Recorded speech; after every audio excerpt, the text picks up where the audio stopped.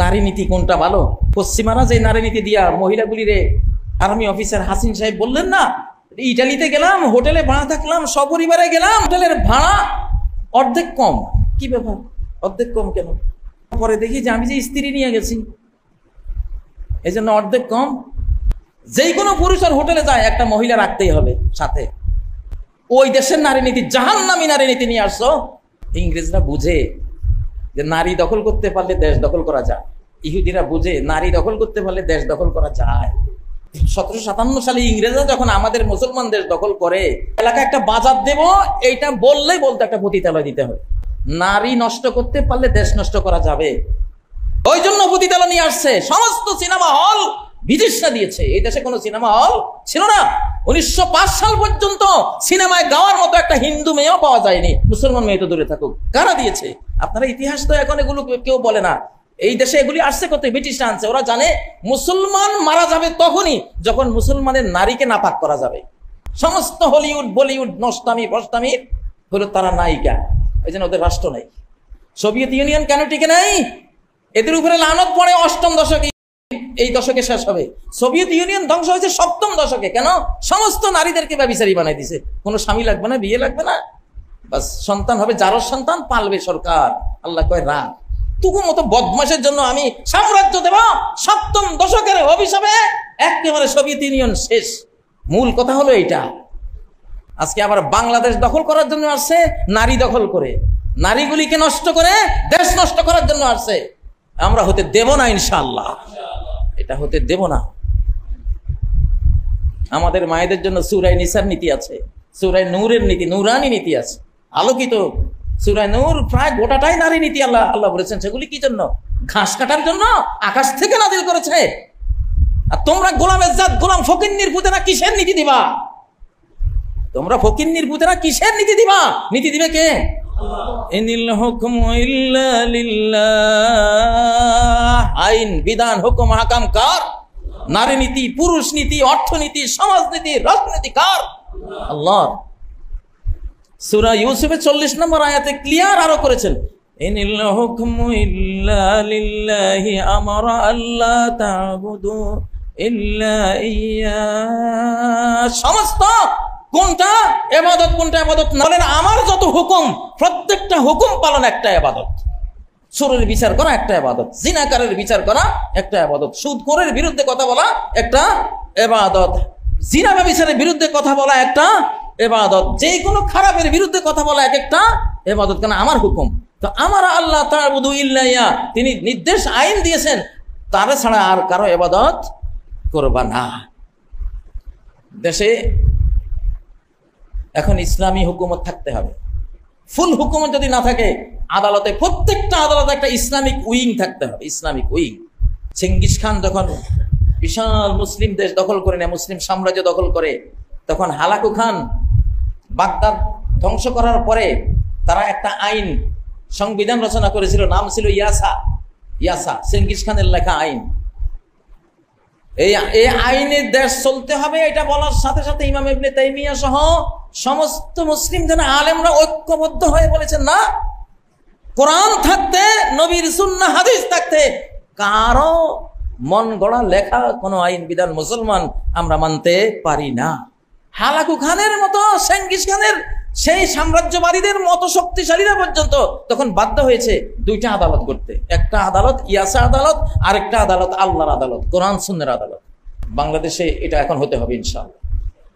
এখন সুদী ব্যাংকে একটা ইসলামিক উইং আছে না, আমরা ইনশাআল্লাহ ইসলামিক আদালতের একটা দরখাস্ত দেওয়ার জন্য অলরেডি বহুদিন আগে থেকে প্রস্তুতি নিয়ে রেখেছে, কিন্তু ইবলিস খালি ডিস্টার্ব করতেছে, সুযোগই পাচ্ছি না। ইনশাআল্লাহ আজকে ভালো করেই মনে করছি যে এটা এই দরখাস্ত দেবো ইনশাআল্লাহ, পিটিশনটা দেব। কেন ইসলামিক উইং থাকবে না? আমরা কি জান্নাতে যেতে চাই না? আমাদের জান্নাত লাগবে না? আমরা তোদের এই কুফরি শিরকি মেনে জান্নাত পাবো? তোরা তো আমাদেরকে জাহান্নামের দিকে নিয়ে রওনা দিয়েছিস। এখন আবার নারী নীতি আমদানি, কোনো দরকার নাই। আমেরিকাকে চালাবো আমাদের নারী নীতি দিয়ে। এখন সেই যুগ, ইসলামের যুগ শুরু হয়েছে। আমেরিকানরা শোনো, তোমাদেরকে আমরা ইসলামের নারী নীতি দিয়ে চালাবো ইনশাআল্লাহ। ইউরোপ শোনো, তোমাদেরকেও চালাবো। অস্ট্রেলিয়া তোমাদেরকে চালাবো। ভারত তোমাদেরকেও আল্লাহর নারী নীতি দিয়ে চালাবো। কারণ বিশ্ব তোমাদের না, বিশ্ব কার? আল্লাহ। বিশ্ব আল্লাহর। ইনিল হুকম ইল্লা লিল্লাহ। ওনারা জঙ্গি সন্ত্রাসী কাদেরকে বলে আপনারা কি জানেন? জঙ্গি সন্ত্রাসী কাদেরকে বলে এটা কি জানেন? জঙ্গি সন্ত্রাসী কারা? জঙ্গি সন্ত্রাসী মানে আমরা মার্কিন যুক্তরাষ্ট্র 52 রাষ্ট্র মিলিয়ে এক দেশ হয়েছি, বিরাট পাওয়ার। ইউরোপ 27 দেশ মিলে এক দেশ হয়েছে, বিশাল পাওয়ার, তাই না? এইভাবে তারা মুসলমানদের থেকে শিখে তারা বহু রাষ্ট্র মিলে একটা সাম্রাজ্য হয়ে, এইরকম সাম্রাজ্য যখন কাজী ইব্রাহিমরা মুসলমানরা করতে না পারে, করতে যাইবা তুমি সন্ত্রাসী। বুঝছেন সন্ত্রাসী মানে কি? যারা 57 দেশ এক করতে চায়, 57 মুসলমান দেশ এক দেশে পরিণত হবে, এক মুসলিম যুক্তরাষ্ট্রে পরিণত হবে, এই দাবি যে তুলবে সে কি? সে সন্ত্রাসী। তো তাহলে তুমি তো প্রথম সন্ত্রাসী, তুমি 52 দেশ মিলিয়ে এক দেশ বানাইছো কা? তাহলে তো সন্ত্রাসের ওস্তাদ তুমি নাকি?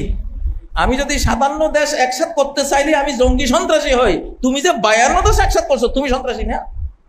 সন্ত্রাসের ওস্তাদ না? সন্ত্রাসের টিচার না? সন্ত্রাসের গুরু না তুমি? 1924 সালে আমাদের তুরস্কের ইসলামী সাম্রাজ্য ভেঙে দিয়ে 40টা দেশ বানাইছে একটা দিয়া। এরপরে ওই চুক্তিতে লিখে দিয়েছে, লুজান চুক্তিতে লিখে দিছে, আর কেউ যদি কখনো মুসলমানদের সাম্রাজ্য গড়তে চায় তাকে রুখে দেওয়া হবে সর্বশক্তি দিয়া। জঙ্গি নাটক আর সন্ত্রাসী নাটক ওনারাই করে, যে ওনাদের মতো মুসলিম সাম্রাজ্য যাতে না হয় ইনশাআল্লাহ আল্লাহ দায়িত্ব নিয়েছেন যে আমি করব, এখন আমি করে দেব, তোরা ঠেকা দেখি। এজন্য আমরা ডিক্লার করে দিয়েছি 57 মুসলিম দেশ মিলে এখন এক দেশ ইনশাআল্লাহ। পাকিস্তান আক্রান্ত হওয়ার সাথে সাথে কিভাবে তুরস্কের ভাইরা আসলো, কিভাবে আজারবাইজানের ভাইরা আসলো, কিভাবে আমরা সহ গোটা মুসলিম জাহান পাকিস্তানের পক্ষে ঐক্যবদ্ধ। কেউ দোয়া দিয়ে হেল্প করেছে, ঠিক না? কেউ আধ্যাত্মিক আক্রমণ দিয়ে হেল্প করেছে, কেউ অস্ত্র দিয়ে হেল্প করেছে। এখন চলতে থাকবে এটা ইনশাআল্লাহ। বাংলাদেশ আক্রান্ত হলে 57 মুসলিমদের ঝাঁপিয়ে পড়বে বাংলাদেশের পক্ষে, এটা তো প্রেডিকশনের মধ্যে আছে, ভবিষ্যৎবাণীর মধ্যে আছে ইনশাআল্লাহ। জঙ্গির ওস্তাদরা ওই যে কয় না, চালুন সুইকে বলে তোর তলে ছেদা। চালুনের হলে 1000 ছেদা। চালুন কি 1000 ছেদা, তার সুইকে বলে তোর তো একটা ছেদা আছে বেটা, তোর 1000টা যদি দোষ না হয় আমার একটা দোষ হবে কেন? আর পারবা না। মুসলমান এখন এক হয়ে যাবে। ইমাম মাহদী এসে তোদের দেশ সহ দখল করে 7 মহাদেশ একসাথে করে দেবে ইনশাআল্লাহ। হযরত ঈসা আলাইহিস সালাম এসে 7 মহাদেশ একসাথে কোরআন দিয়ে শাসন করবে ইনশাআল্লাহ। বিশ্ব চলবে এখন আল্লাহর নীতিতে, আর কোন নীতিতে বিশ্ব চলবে না। সেজন্য আসমানের মায়ের রেডি আছে, আসতেছে ভূমিকম্প সিরিজ, আসতেছে সুনামি, একেবারে দেশ সুদ্ধা তলিয়ে নিয়ে যাবে, আসতেছে মিটিওর অ্যাস্টেরয়েডের হানা, একটা মেরে দিবে সাগরে, আর পানি ছুটবে 1000-1500 কিলোমিটার বেগে, তোমার যা আছে সব উড়িয়ে ভাসিয়ে ছিন্ন ভিন্ন করে নিয়ে সাগরে ফেলে দেবে। সেই মায়ের আল্লাহর আসতেছে। সূর্য পশ্চিম থেকে উঠবে এই যুগে, দাজ্জাল বের করা হবে, দাম্পতুল আর্থ বের করা হবে, ইয়াজুজ মাজুজ বের করা হবে, ঈসা আলাইহিস সালামকে আনা হবে, মাহদী আলাইহিস সালামকে আনা হবে, আনতে আনতে শেষ নিদর্শন আগুন, ইয়ামান থেকে আগুন বের হবে, সারা বিশ্বকে বেষ্টনী দিয়ে সবাইকে অ্যারেস্ট করে নিয়ে যাবে শাম দেশে। এটা সেই যুগ নয় কি? সেই যুগ।